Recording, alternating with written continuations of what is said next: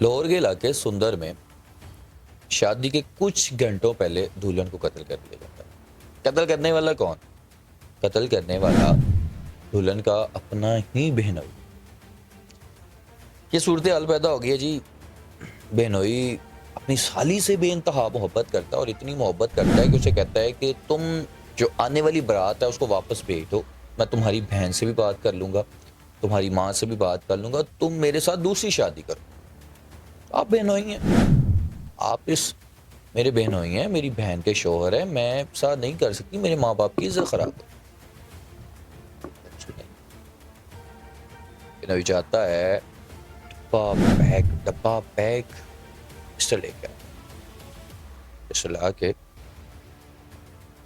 कमरे में 4 लोग 5 लोग मेहमान आए होते हैं, सभी उनके पास होता है, उठता है, उठकर गोली मारता है और गोली मार के पिस्टल जो है वो 7 वाली। वालेकुम, आपका मेजबान साइम राजपूत और आप देख रहे हैं पब्लिक पॉइंट न्यूज। अज़ीज़ान, शादी से कुछ घंटे पहले दुल्हन को कत्ल कर दिया जाता है। कत्ल करने वाला कौन? कत्ल करने वाला भी दुल्हन का बहनोई है। जी हाँ, लाहौर के इलाके सुंदर का ये वाकया है और यहाँ पर नई नवेली दुल्हन जो है, जो कुछ घंटे बाद उसकी बारात आने वाली होती है और इतनी अभी बारात आने वाली होती है तो दुल्हन को कत्ल कर जाता है कोई। कत्ल करने वाला, सबसे बड़ी बात मैंने आपको बताया कि कोई और नहीं, उसका बहनोई है, उसकी बहन का शोहर है। क्या होता है जी? वही मोहब्बत का अंजाम, प्यार मोहब्बत, साली के साथ इश्क हो जाता है। बहनोई को जो है वो साली के साथ इश्क हो जाता है और इश्क ऐसा कि वो अपनी साली को कहता है कि तुम शादी ना करो, तुम्हें शादी नहीं करनी, मैं तुम्हारी बहन यानी अपनी बीवी को भी मना लूंगा, मैं तुम्हारी माँ को भी मना लूंगा, लेकिन तुम शादी ना करो, तुम दूसरी शादी भी मेरे साथ करो। वो कहती है खुदा का खौफ खाओ, मेरी बारात आने वाली है, तुम मुझे कह रहे हो कि जी शादी रोक दो, मैं अपने माँ बाप की इज्जत के साथ नहीं खेल सकती। वो कहता चलो जी ठीक है। लेकिन जी ये लाहौर के इलाके सुंदर का वाकया है और यहाँ पर आशा नामी लड़की जो है जिसकी उम्र 22 साल है, यानी कि आज रात है, कल सुबह बारात आनी है और बारात आनी है लेकिन बारात तो नहीं आई, बेटी की डोली की जगह उसका जनाजा उठा है। अकरम नामी शख्स है जो इस लड़की का बहनोई है, वो आयशा से बेइंतहा मोहब्बत करता है और वन साइडेड मोहब्बत है, बेइंतहा मोहब्बत करता है और उसकी बीवी को भी पता होता है।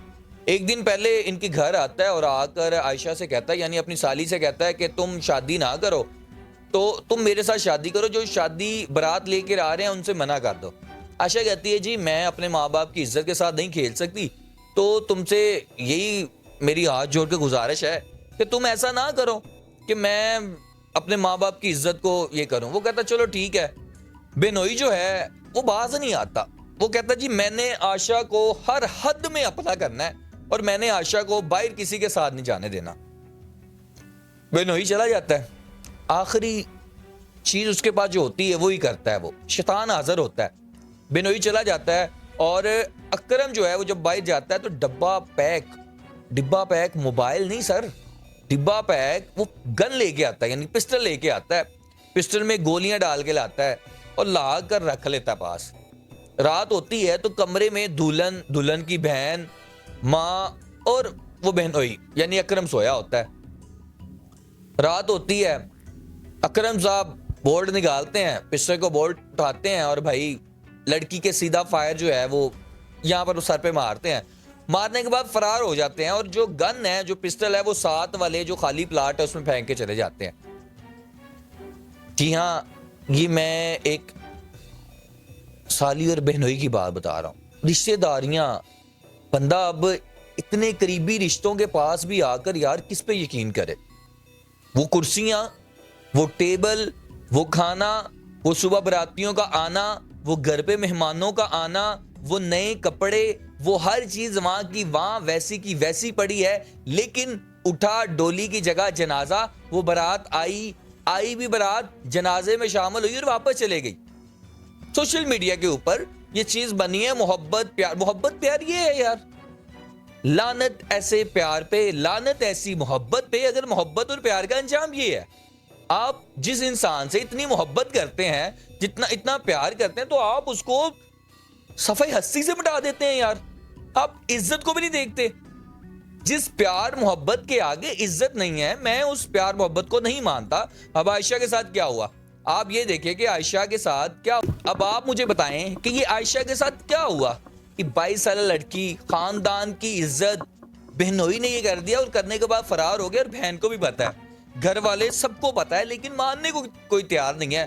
पंजाब पुलिस ने कार्रवाई करते हुए सोशल मीडिया के ऊपर जब ये खबर वायरल हुई, तो ये जब खबर वायरल होती है तो पंजाब पुलिस कार्रवाई करती है और कार्रवाई करके 24 घंटे के अंदर अंदर उस बंदे को पकड़ के लाती है। कत्ल कभी छुपता नहीं है, जितना मर्जी छुपा ले नहीं छुपता। लेकिन अभी भी घर वाले जो है वो मानने को तैयार नहीं है कि ये नहीं, लेकिन फिंगरप्रिंट हो चुके हैं, वो बंदा मान भी चुका है, कहानी भी निकल के सामने आ गई है। लेकिन अब बंदा यकीन करे तो करे किसके ऊपर? वो माँ, वो पागल हो गई है, वो बाप, वो किसको बाहर मुंह जाकर दिखाए कि यार मेरे घर में ही सांप पाले हुए मैंने। अब वो क्या उस बहन से मोहब्बत नहीं थी मिल रही जो दूसरी पे नजर आ गई यार? यार वही बात होगी ना, साली यादी घर वाली। ये कहावतें आपने और हमने बनाई हुई हैं, तो फिर तो पूरी करेगा बंदा, शख्स तो पूरी करेगा। जब ये कहावतें हमारे बड़े बना के चले गए हैं तो वो पूरी तो हमने करनी है। अगर मैं पूरी नहीं करूंगा, मैं राजपूत नहीं हूं, वो पूरी नहीं करेगा, वो गुज्जर नहीं है, वो पूरी नहीं करेगा, वो जट नहीं है, हमने पूरी करनी है, अपनी अना में ही आके पूरी करनी है। अब देखें इस बंदे में हिम्मत कितनी आ गई कि ये डब्बा पैक जाके गन लेके आता है, गन ला कर और रात को रख लेता है। इसको गन दी किसने? किसने डब्बा पैक इसको गन दी? मैं तो कहता हूं आईजी पंजाब से मेरी गुजारिश है कि इन बंदों को भी पकड़ा जाए कि ये किसी को भी भाईजान वो गन दे देते हैं यार, किसी का भी घर उजाड़ देते हैं। अब आयशा का कसूर क्या था? वन साइडेड मोहब्बत। आयशा बेचारी का कसूर ये कि वो गुर्बत मारी थी। अब मेहंदी लगी हुई इस लड़की के हाथ पे, आप देखें ये स्क्रीन पे चल रहा है, इसके हाथ में मेहंदी लगी हुई है और मेहंदी लगे हुए हाथों पर जनाजा उठा है। आप खुद देखें कि यहां से लेके हाथ तक सारी मेहंदी लगी हुई है। ये मेहंदी वाले दिन की ये पिक्चर्स हैं, अगले दिन बारात है। और ये वो बदबख्श इंसान है, वो दरिंदा है जिसने ये हरकत की है। आप खुद अपनी स्क्रीन पे ये मुलाहिजा फरमाएं। लेकिन आप देखें कि पंजाब पुलिस ने भी इसको अरेस्ट कर लिया और अरेस्ट करने के बाद इससे अभी भी तफ्तीश की जा रही है कि क्या आगे मामला हुए, कैसे किया, कितनी हिम्मत कहां से लेके आए। वो मेहमान जो कुछ घर में रह गए, अब जो मेहमानों को शादी के लिए बुलाया गया, अदर सिटी से बुलाया गया, वो जनाजे में शामिल हुए। वो बारात जब आई तो वो जनाजे में शामिल हुई। यार बेटियां बड़ी प्यारी होती हैं, ये लड़कियां मोहब्बत में फंस जाती हैं। आज की मोहब्बत होटल में जाओ नहाओ, ये मोहब्बत अब नहीं हो रही। मोहब्बत ये है यार कि बंदा नहीं मिले मार दो यार। ही रांझा उठा के देखिए, उसने मार दिया था उसको यार। कुछ भी उठा के देख लें, क्या उसने मार दिया था उसको यार। आग दोनों तरफ लगनी चाहिए, अगर मोहब्बत इतनी है तो आग दोनों तरफ लगनी चाहिए। लेकिन ये आयशा बेचारी का कसूर क्या था? अपने बहनोई के साथ उसने शादी नहीं की तो उसको मार दिया गया, लेकिन बहनोई ने ये हरकत जो की है, गलीज हरकत की है, और इनके माँ बाप को इंसाफ तो मिल गया है, लेकिन आयशा बेचारी को जो इंसाफ मिलना था वो कहाँ से मिलना था?